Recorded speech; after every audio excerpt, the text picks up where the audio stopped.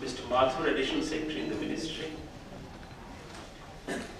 Supriya Sahu, Joint Secretary, Mr. Tikku, Director of OneWorld Foundation, my other colleagues from the Ministry, CMD Vessel, my colleagues from All India Radio and Doordarshan, and very distinguished guests.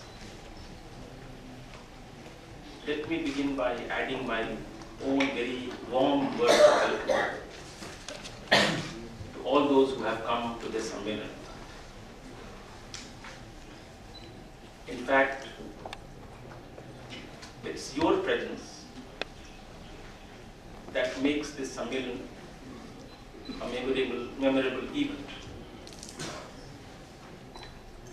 And if my information is right, then I think the kind of discussions that have taken place yesterday, very focused and very intensive discussions, that makes me particularly happy. And therefore, I'm absolutely delighted to be amidst you today, and I will deem it a privilege actually to inaugurate this Sammelan. We have, as Supriya was telling me, we are completing 10 years of community radios in India. A decade is not a long time, and yet it's a long time. Depends on how you look at these 10 years. We began perhaps very cautiously 10 years ago, and very modestly as well. And the initial policy only talked about permitting educational institutions, and that to government institutions preferably, to set up community radio stations. But there was a revision in the policy midway, and the notable feature of that revision was that we allowed not-for-profit, non-government organizations also to set up community radio stations. And I think that has made a lot of difference.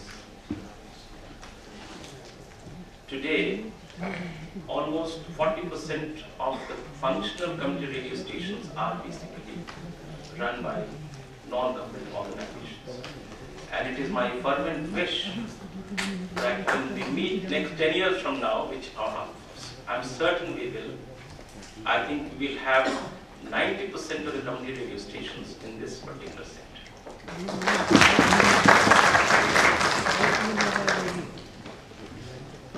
I think 10 years is actually completing a decade, actually is an occasion to celebrate.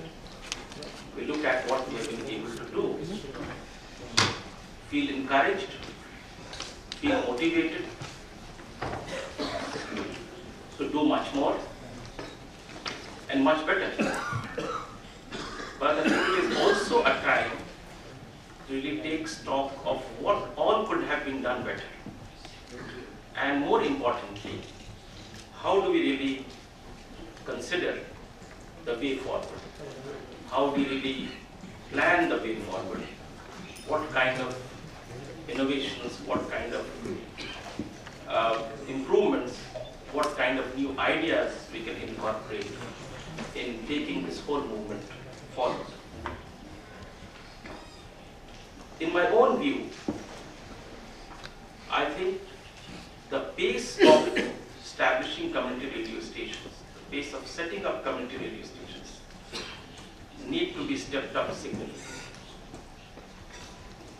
In fact, we are very happy that there are 144 functional radio stations. There are more than 400 LOIs, letters of intent. So there's a gap of almost 250 to 300 radio stations which are, we would like to believe, are in the process of being set up. But I think a country like India needs thousands of community radio stations. And I think all of us collectively should try to work out, to try to see how do we create that enabling environment, and how do we inculcate that kind of entrepreneurship, the involvement of the community, to make sure that such numbers actually become a reality.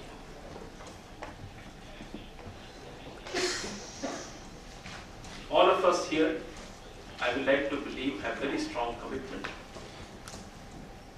Very strong commitment. And therefore, when you talk about your projects, when you talk about the issues, I'm sure you are very passionate about those issues. And therefore, one of the gains that I personally expect from these consultations and deliberations from you during these 3 days is to get a new perspective and new ideas. We also perhaps need to remember that often the conventional thinking or the stereotype thinking may not get us out of an equilibrium that we often reach, or to put it somewhat more bluntly, to really get out of the stagnation. And I'm reminded of a poem by Robert Frost, and it says, the title of the poem is "The Road Not Taken." The Road Not Taken. And I'll quote, and says, "I shall be saying this with a sigh. I shall be saying this with a sigh.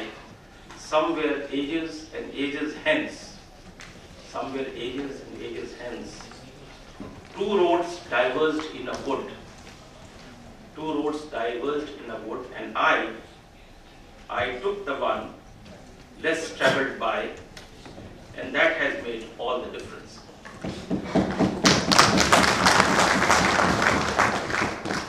So I think there is perhaps a case to take a less traveled road. And I suppose there is tremendous scope for lateral thinking, and perhaps to be able to embrace certain degree of boldness and risk to find a new paradigm for a faster growth of community radio stations in India. I'd also like to reiterate and reaffirm that the movement of community radio stations in India is a collective endeavor. The government provides a policy framework. The governments may provide an enabling environment, but I think essentially it is people who are sitting across us, people who are actually aspiring, or people who have set up community radio stations or are aspiring to set up community radio stations, who actually will be taking this initiative forward and actually fructifying it or actualizing it or putting it on ground in reality. And therefore, we don't need to really talk only about ideas and innovations, but also we need to talk about responsibilities that go with throwing those ideas out and making sure that these initiatives and these new ideas are carried forward and they are implemented. So as we celebrate a decade of community radio movement in India, we also need to reflect on the challenges, the impediments, difficulties, and also the excitements and opportunities that the coming times offer to us, and put our collective wisdom to think, deliberate, and charter the future course of action, planning and action as far as this particular movement is concerned. Let me share with you some of the perspectives, my own perspectives on these issues. And I really want to mention 7 issues which are important from my point of view. Let me begin with this whole issue of spectrum fee. And I think this is one which is on the top of the issues that are agitating your minds. From 19,000 to 91,000 is a big leap, and something which perhaps was not very advisable. But as we have told, and perhaps we tried to really do this yesterday also, when we had this day from yesterday, we had this Twitter conference. We also tried to say that when we proactively took up the matter once it was brought to our notice. We took up the matter with the Department of Telecom. I had personally written sorted it out. And then our feedback is that the spectrum fee has been waived, but there are certain procedures which are required. And I think those procedures are underway, and soon, I really can't make a commitment because it is not in my hands, but it is expected that this waiver thing, a complete waiver of your spectrum fee should become a reality very, very soon.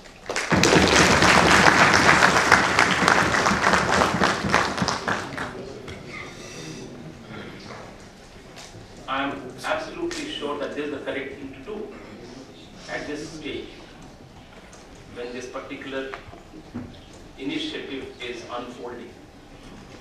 But I also want to really mention here that we need to appreciate that spectrum is definitely a very, very expensive commodity. I think once having got permission to use it, it will be absolutely essential to put it to the best possible use. I think both go together. And please, when you are talking about it, make sure that spectrum is an extremely valuable resource that you have got. And please do not squander it in any way. I really do not need to emphasize this, nor do I need to amplify this. But I think this is something which would have, if we are not able to make efficient use of the resource that has been given to us at no cost or at a subsidized cost, I think it becomes all the more incumbent upon us to make sure that nobody criticizes us for not using this very, very rare and valuable resource not efficiently. I think that will be very unfortunate. So please make sure that this is also part of your thought process when you talk about spectrum. The second issue that I want to raise is about sustainability. I think this is one key issue that is bothering us, certainly us, and I'm quite sure all of you too, because a community radio is not a community radio if it works for 6 months and closes down. It must be there for years and years together and must be expanding in this whole process. We have to make sure that we have very, very viable financial models to run it. And we do not have non-serious players in this field. Because if we have non-serious players in this field and they somehow manage to get the permission, and then these community radio stations close down, a large number of them close down, or they're not functional, then I think that is going to bring about some amount of discredit to this whole movement. So sustainability becomes a big, big issue. Now, we have been considering a scheme which should give some kind of a financial assistance to permission holders.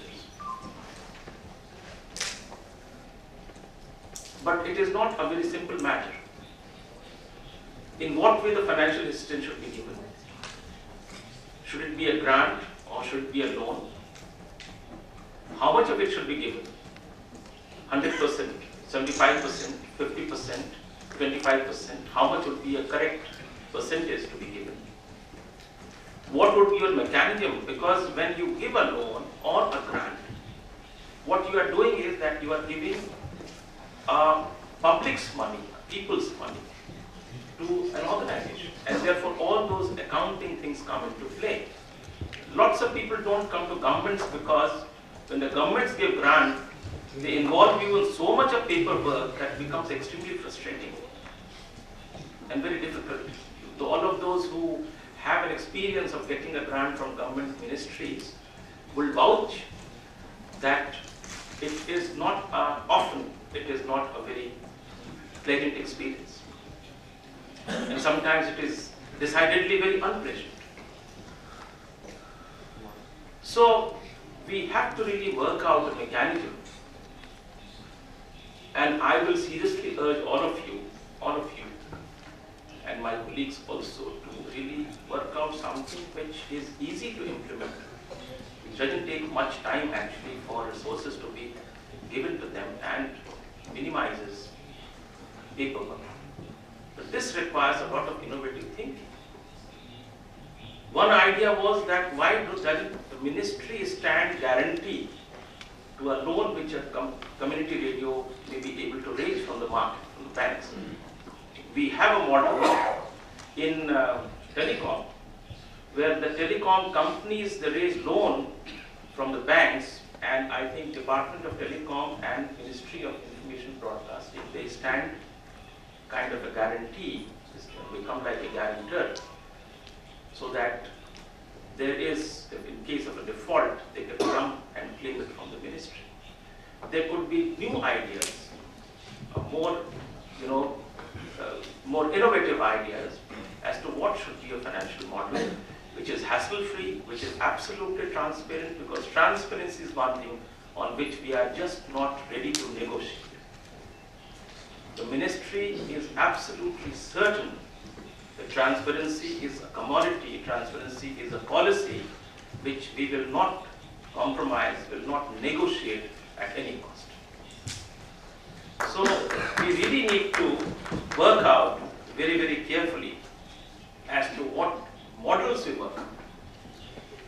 Because individuals may be here, but individuals may not be there a few years from now. So the systems must be such that ensure that there is equity, and there is fairness, and there is transparency, and there is efficiency in the system of granting of financial assistance. I think this is a task, a very, very serious task, which all of us need to really consider.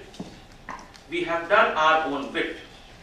DAVP, for instance, you can really advertise the rates that DAVP used to offer earlier of ₹1 per second has been raised to ₹4 per second. And this is subject to revision. If there is good response, and we find that advertising on community radio of government programs is very effective, then nothing stops us to really think of revising it upwards. But we have to really establish that it is an effective way of disseminating of government's programs. So the sustainability issue is very, very critical and very crucial that we really need to debate, deliberate, talk about, and perhaps also share amongst us which ones have been able to really come up with ideas that made their financial survival or financial sustainability easier. Sharing of information among the whole network of community radio stations perhaps may be an extremely good idea, not only for this, but several other issues. The third issue in my mind is the human resource development and the capacity building. And I was extremely happy to see some organizations which are actually very actively working in this direction, in this field. And when I talk about capacity building, it's a range of capacity building. It's not merely managerial capacity building, but technical capacity building, financial capacity building, the whole range of things which are involved. I'm willing to really suggest that in addition to considering a package for financial support to community radio stations, we should also be able to perhaps run a scheme where we encourage organizations, either out of government or in government-like basis, if they are able to conceive of good training programs, I think these organizations get some kind of a support from us. Because I think there need to be a host of organizations which should get into this business of capacity building. It's easy to really start an enterprise, but to be able to sustain it and improve it is a more daunting task. And I think there the capacities actually make the difference. So I personally think that the ministry would be willing to consider some kind of scheme which helps an institutionalized capacity building or organized capacity building a much easier task to really accomplish. The fourth issue in my mind is about reaching the unreached. I think the way community radio stations have come up across the country is somewhat very imbalanced. We have states which have a large number of, like Tamil Nadu, Uttar Pradesh, but we have states in Northeast, Jharkhand, where we have hardly any community radio stations. And I think I like to urge all of you to really spread the message to your acquaintances, to your friends, or to your professional partners, wherever they are, to really take it up very, very seriously.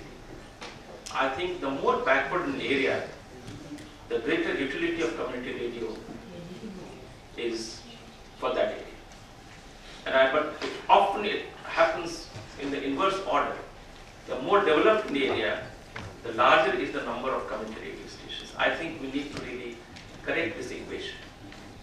And we need to really see that those areas which are still not covered by community radio stations reach. How should we do this? Does it require special incentives for Northeast or border areas? Or does it require a different kind of approach? I think these are the things which you should really think and let us know as to what the government should be doing about it.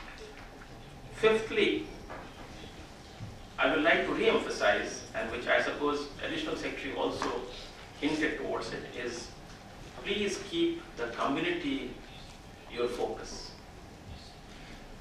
It has to be central in every endeavor that you undertake.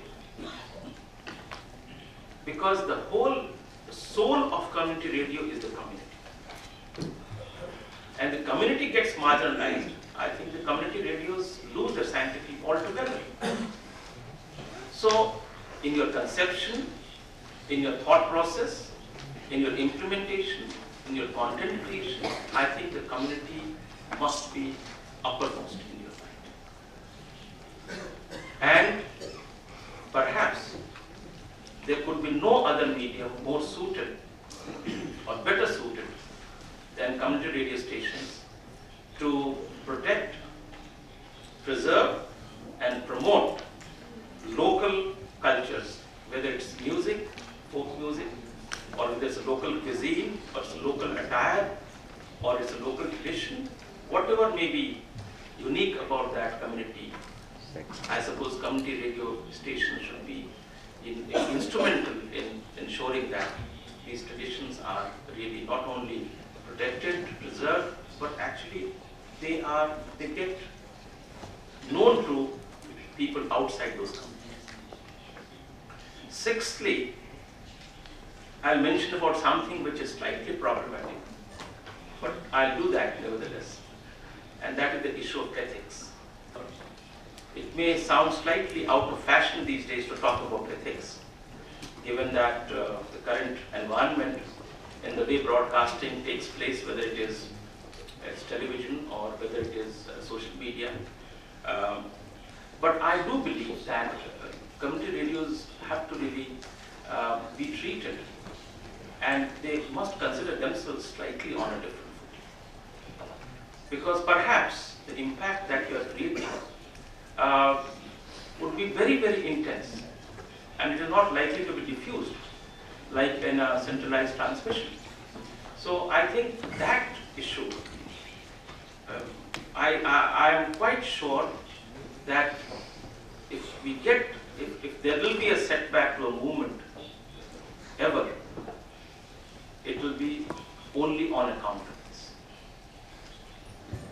So we will be doing a great disservice in this movement if we are not careful about it and allow people to really believe that what is coming or what is being broadcast is something which is actually it doesn't actually match or doesn't actually pass the muster. Lastly, I will again re-emphasize the collective ownership of all the initiatives. The ministry has been very proactive and has worked very, very hard. The whole team of the ministry joint secretary, under secretary, section officers, the whole community radio wing. They are a set of extremely committed and extremely hardworking. But at the end of the day, the whole process is a collective. And as I mentioned that while the government may be laying down the policy guidelines, I think the actual implementation has to be done by people like you. And I have absolutely no doubt in my mind that given the progress that we have made and given the comfort that we have in the quality of people who are involved in the running of community radio stations today, I have absolutely no doubt in my mind that this process will certainly become much more strong in days to come. We don't need to reinvent the wheel. We don't need to really rediscover everything afresh. And some of the initiatives which I saw, where you can perhaps get all the best practices at one place, you can get all the content at one place, and there could be a method of sharing the content. Then I think we need to really make the best use of technology these days. I think what we can really lose on account of paucity of human resources can be made good by making intelligent and adequate use of technology. So these are the 7 concerns that I had personally. There are many more, I'm sure, but these are the ones which I thought I'll mention it. I'd also like to mention 2 more things and then I'll conclude. One is that the ministry is in the process of setting up a single window clearance system. I'm absolutely taking meetings, interministerial committee, month after month, and persuading WPC to expedite their comments or at least giving their clearance for allocation of spectrum. I know that it's a process which, if I find frustrating, you must be finding it much more. So we are trying to persuade our colleagues in the interministerial committee to really set up a single clearance system, whereby at least part of the, what should I say? I don't want to use this word harassment, but the part of the precious time that you lose in persuading from various centers, that actually is brought down. And we hope that we should be able to, with committed people like Supriya and all her colleagues in the ministry, you can rest assured that this is going to be a reality very soon.